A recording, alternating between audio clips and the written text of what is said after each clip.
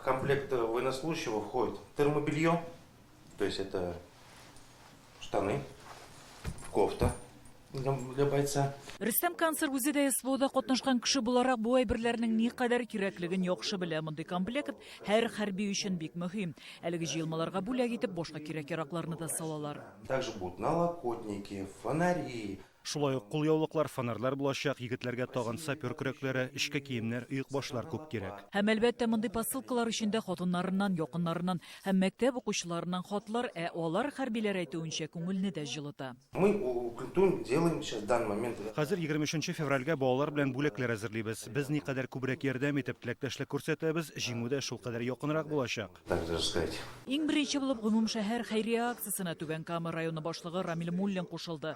Ул 15 комплект сатып ала. Барлыгы 1000 дәнә кирәк булачак. Һава торышы бик кискен рәвештә үзгәреп тора. Бездән инде бүген Аллага шөкер дәүләтебезнең бөтен көче иминлек тәэмин итүгә юнәлтелгән. Бездән инде менә бүгенге инициативаның максаты шушы җылылык һәрбер солдатыбызга, һәрбер егебезгә барып җитсен иде. Шуңа күрә менә без бу яңа инициативаны тәкъдим иттек. Хәйрия акциясе башлану уңайыннан оештырылган киңәшмәдә контракт буенча хезмәт итүчеләр дә катнашты.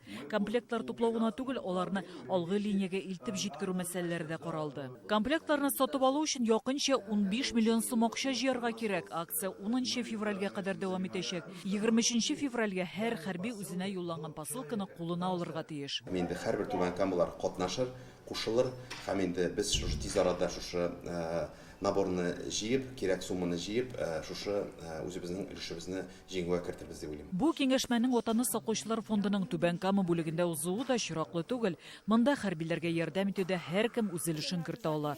Моннан тыш акча һәм балалардан хат, открыткаларны химиклар урамы 72-нче Б йортына да китерергә мөмкин. Түбән Камадан Гөлназ Гыниятова, Алмаз Кашаев, Александр Лихачев, Яңа Гасыр каналы.